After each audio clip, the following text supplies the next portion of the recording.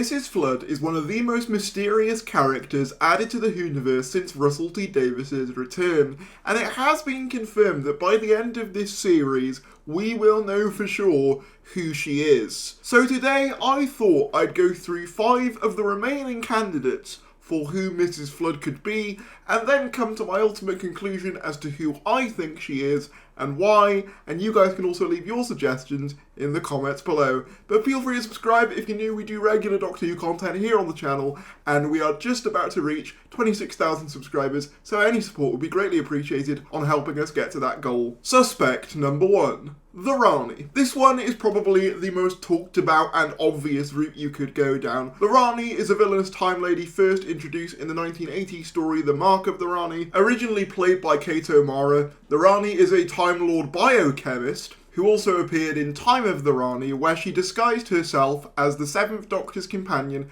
Mel Bush, during his regeneration psychosis. This is probably one of the most requested Doctor Who returns ever. Every new, vaguely Time Lord related character, or just female character in general who could be a villain, everyone always goes, it's the Rani, it's the Rani, and it never is the Rani. However, there is some reason to believe that it could be the Rani this go around. For one thing, as of Lux, it is confirmed that Mrs. Flood can enter multiple time zones, as we see her in 1950s Miami, and the trailers show her at the Interstellar Song Contest, indicating that she has some form of time travel of her own, and as we know, Rani does have her own TARDIS. Additionally, in this series, the Doctor has made a big deal about him being the last of the Time Lords. Now, historically, when the Doctor has made a big deal out of that, that's normally because it's about to be proven incorrect, as was seen in Series 3, where a lot of emphasis was put on the destruction of Gallifrey and him being the last of his kind, only for it to later be revealed that the Master was in fact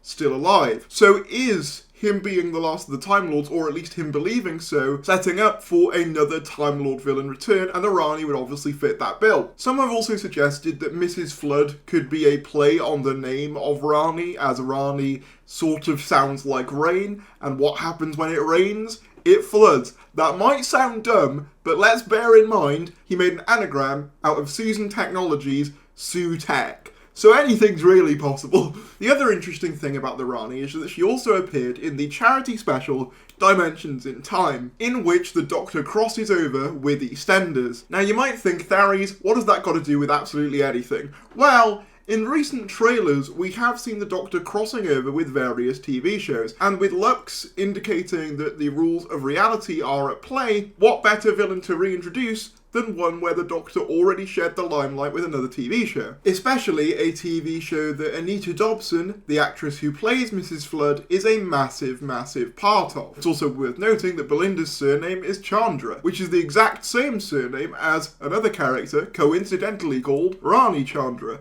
It's also worth noting that with Mel coming back in the finale, she would have a personal connection to the Rani, and that by this encounter she does have prior history cosplaying as companions, something we've seen Mrs. Flood do in several scenes. Also, do you guys remember that scene of a hand picking up the Master's tooth at the end of the giggle? Well, that's a reference to a hand picking up the Master's ring at the end of Series 3. But what's interesting is, on the video commentary of that story, RTD jokes that it is, quote, the hand of the Rani. That's the hand of our production manager, Tracy Simpson. Yes, beautifully acted. That scene was in, that scene. So could she have actually been the Rani the whole time and she was the one to pick up the Master's tooth? Are these all hints? Maybe, maybe not. There are a couple of downsides to this theory though, as we go on to candidate number 2. Suspect number 2, the God of Stories or some other new god. This is probably the safest prediction we can make. After all, we've only previously seen gods and the Doctor break the fourth wall, so her being a member of the Pantheon would make sense. Additionally, people have uncovered this bit of footage from Doctor Who at the Proms, where she says this.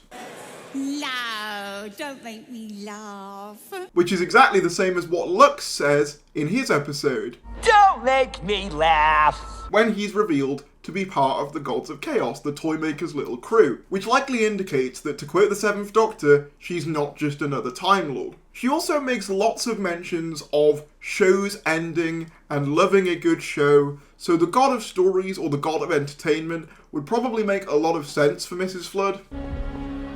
If you want to see a good show, darling, I can recommend this one. Better warn you, though, limited run only.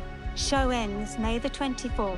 While also explaining things like why she knows what a TARDIS is, how she can transport to the different periods, because to her, it's a fictional realm. And if we are dealing with a reality war in the finale, it would make sense to me that Mrs. Flood would exist beyond our reality. Also, at that Doctor Who proms, I seem to remember her directly saying, "Oh, could I be some renegade Time Lord? No." So maybe she's lying, but maybe that also discounts the Rani from the race. Suspect number 3, Omega or another Time Lord. Now go with me on this, because this one's a little bit out there. Omega was first introduced in The Three Doctors. He's believed to be the Time Lord who created time travel, essentially allowing him to evolve into his own form of godhood. However, he went mad with power and was trapped in the antimatter domain. What's interesting about Omega, though, is that if you go back to the Virgin New Adventures, according to those books, Omega was one of the 3 Time Lords to found Time Lord civilization, alongside Rassilon and the other. Rassilon being a character that we've seen numerous times in New Who, and the other, according to this version of the canon, being the being that eventually becomes the Doctor. And why is this relevant? Well, according to Russell T Davies, the finale will see the Doctor up against the Unholy Trinity, and the 15th Doctor himself, Ncuti Gatwa, has said that the finale will delve into some of the Doctor's past and lore. And what better way to have him do that than have him come face to face with the 3 founders of Time Lord Society. If she's not Omega specifically, she could be one of the others, either Rassilon or the other. My money would probably be on the other, or maybe Tecteun in this case. But again, this would also substantiate the reality war concept. Perhaps the universe that Omega is trapped in could come into direct conflict with our own, which in and of itself would be very similar to End of Time, where Rassilon attempts to resurrect Gallifrey into the main universe. Option number 4, a harbinger for the gods, or more specifically, the Gods of Ragnarok. So as we all know,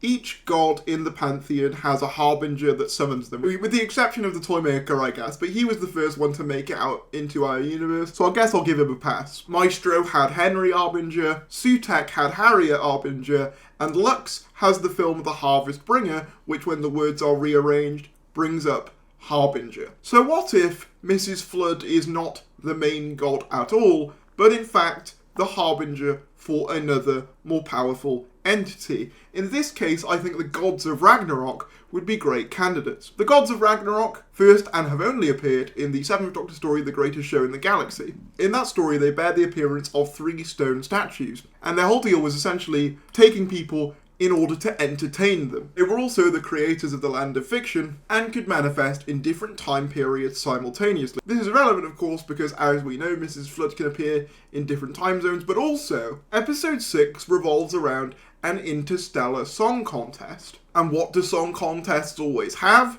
Judges. And what has Russell T Davies said about the finale? It's going to take a turn that you're not expecting. So what if the Interstellar Song Contest culminates in Mrs. Flood revealing the Gods of Ragnarok to the Doctor? But there's an even crazier aspect to this theory than just that. What if we've even seen the Gods of Ragnarok before? What if the Gods of Ragnarok are the 3 Doctor Who fans we see in Lux's kind of weird reality? This is admittedly a stretch, however there are 3 of them, and in The Legend of Ruby Sunday, Harriet Harbinger mentions the gods of malice, mischief and misery, which could be referring to the 3 separate gods of Ragnarok. It's noteworthy too that this is one of the first set of gods that was mentioned in the 60th anniversary specials by the 15th Doctor himself. It's not impossible that Mrs. Flood herself couldn't be one of the Gods of Ragnarok. I just think it's more likely that she would be summoning them rather than anything else, because there's only one of her and there's 3 of them. But maybe she is one of the Gods of Ragnarok. It would certainly tie in well with her love of shows and being entertained. Finally, and this is probably the most out there one, the final suspect for today, Susan. This is more based on last series than it is this series, but it is weird just how much Susan was mentioned, and we know that Susan was left on Earth in 2150 AD, and a big part of the story arcs of this series have revolved around family, and some of the 15th Doctor's final words to Ruby in Empire of Death was that it was his mistake to leave Susan that long. And interestingly, there is a parallel in Legendary Sunday between the way the Doctor talks about regeneration and Susan and the way Mrs. Flood speaks. Now, I have to give full credit to the TikTok account Jake Clips for pointing this out, but I'll play the clip. Time Lords can regenerate their faces.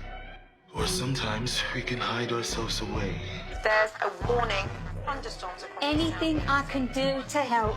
I'm always hiding myself away. So the Doctor mentions that the Time Lords can hide themselves away via chameleon arches, and in that very same episode, Mrs. Flood mentions how she's been hiding herself away. Now, could this be as a result of maybe Susan attempting to escape either the Time War, or the Flux, or some other recent time event, hence why she would use the chameleon circuit, not remembering entirely who she is, but remembering parts of it?